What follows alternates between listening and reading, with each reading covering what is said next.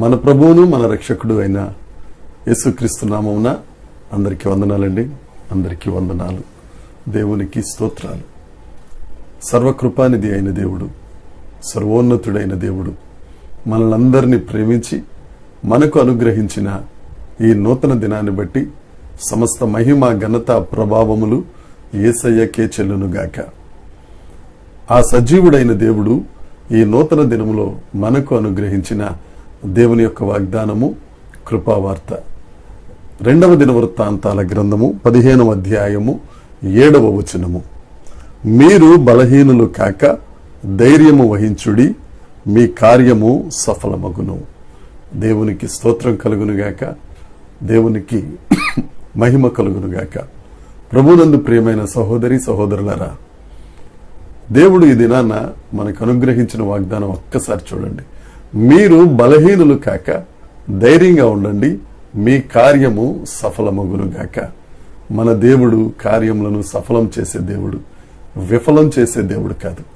విఫలం చేసేవారు చాలా మంది ఉన్నారు, కానీ మన దేవుడు మన కార్యములను సఫలపరిచే సఫలీకృతుడైన దేవుడు. దేవునికి స్తోత్రం కలుగునుగాక.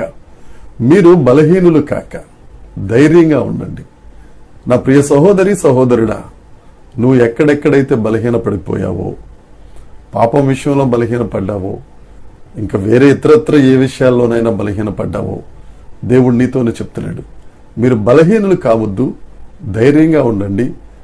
మీరు తలపెట్టిన ప్రతి కార్యాన్ని నేను సఫలం చేస్తానని దేవుడు ఈ దినాన మీతో సూటిగా మాట్లాడుతున్నాడు. ఒకసారి ఈ వాక్యం యొక్క పూర్వ పదాల్లో మనం ఆలోచిస్తే, ఆస అనే రాజు యూదారాజు.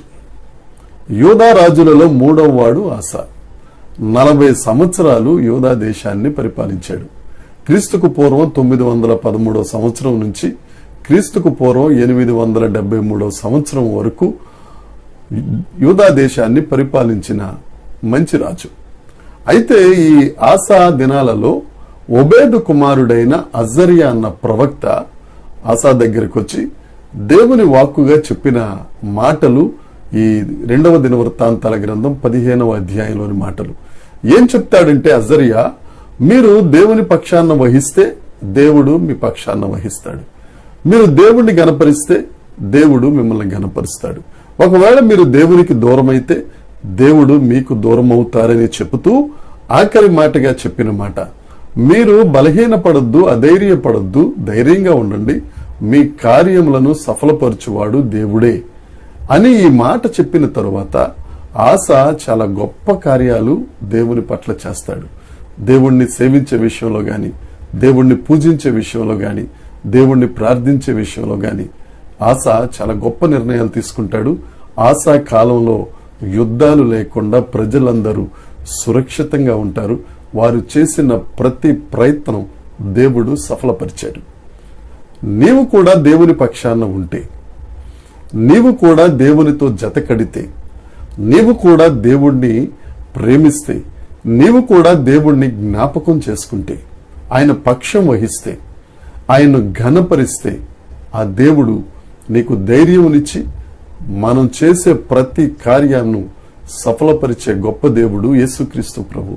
అందుకే దావీదు రాజు గారు అంటారు, యెహోవా నాకు వెలుగ్గా ఉన్నారు, యెహోవా నాకు ప్రాణదుర్గంగా ఉన్నారు, నేను ఎవరికి భయపడతాను?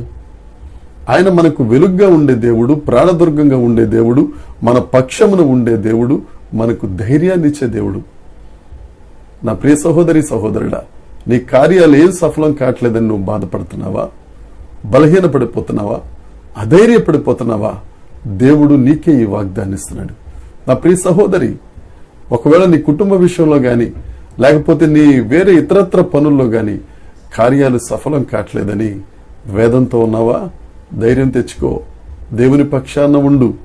ఆయన మన ప్రయత్నములన్నిటినీ సఫలపరిచే దేవుడు. దేనికి భయపడవలసిన అవసరం లేదు.